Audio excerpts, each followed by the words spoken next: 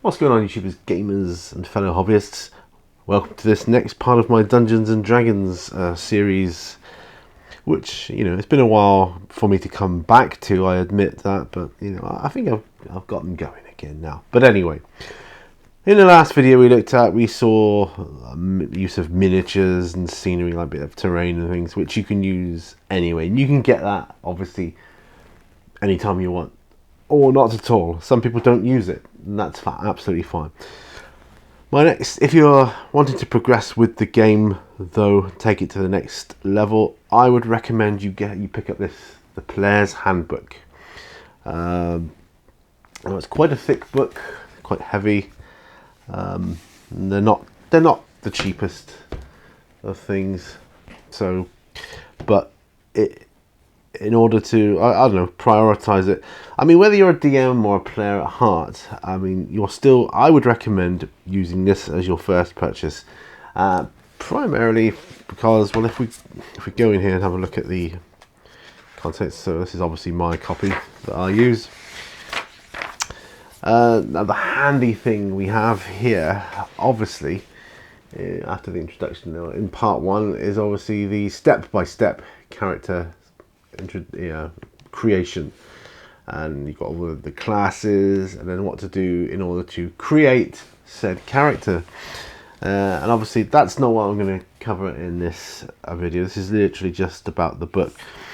So this book has the step-by-step character creation. It goes through all the races and then all the classes, and then for the, I don't know, people with, what shall I say, a bit more lethargic imagination, it's got how to come up with personalities and backgrounds. I mean, personally, I like to make up my own, but that's just me. You got name generators as well and things of that nature. You got how to multi-class, talks about feats, how to use your ability scores. It literally tells you everything that you had before and more, a whole lot more. And of course we've got some amazing artwork in here as well. So there we go, creating your character. It goes through all of this step by step, and it really is easy. It's easy to do. What I would recommend you do is pick this book up and create a few characters first. Just think, I'd like to be a dwarf fighter, or a gnome mage, or a human cleric, whatever you want to do. Make characters, and then when you've got a few characters, perhaps you could use a few miniatures to represent them.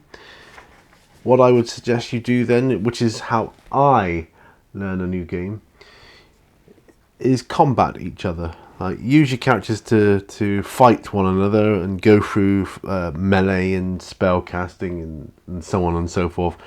And from there, it's all downhill really to learn the game. I don't mean downhill as in bad, I mean downhill as in easy to pick up all the other nuances of the game.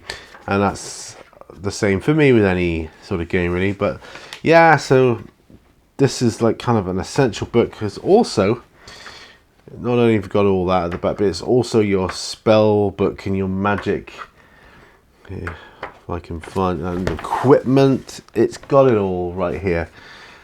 Costs, all the different types of action you can take. Here we go, on to the spells here. And of course, this isn't the be-all and end-all, but it is kind of the main go-to, like the main one, if you like. Because in the old days, we had different spells, different spell books and so on for every single class, whereas some spells cross over. Yeah, that's an amazing picture there. You can see, I love that. That's pretty darn cool. Loving that. But yeah, so like I say, this would be the book I would pick up next in your collection. And obviously we've got some character sheets in the back that you can photocopy if you so wish. And yeah, and this really, it's a good read as well. I've read it a few times, I mean cover to cover. and it even tells you what comes next. All right, and I'll just read this out quickly for you. But there's a little bit right on the last page. So it says, what comes next? Having delved into the depths of character creation, it's time to consider your next steps. The fun of D&D is in playing the game, not just making up characters, although that's fun too, and it is. And then it goes through the starter set, which is what we went through in the last video before last, actually. So that's kind of what you would get if it's like a group of friends, the starter set, and you know, none of you've played before or whatever, and the D&D basic rules. So it tells you, and this is what we're going to be going through. All right, and there's a load of enhancements you can get and add-ons, and there are some crazy people out there, some lucky crazy people that have got all the add-ons and enhancements, and you know, they get all the stuff before ahead of time and everything else. And but what we're doing here is saying, you know, all I'm doing is recommending what to get in order, because if you're like me, you're on a bit of a budget, you don't want to go ahead and get like the Dungeon Master's book if you're not really a Dungeon Master. If you're the player, I mean, you need this book. If you're a player, I would say you must have this book. And if you're a DM, you must have this book.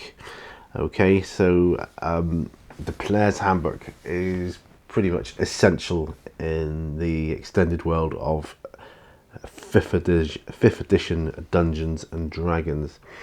Literally is everything a player needs to create heroic characters for the world's greatest role-playing game.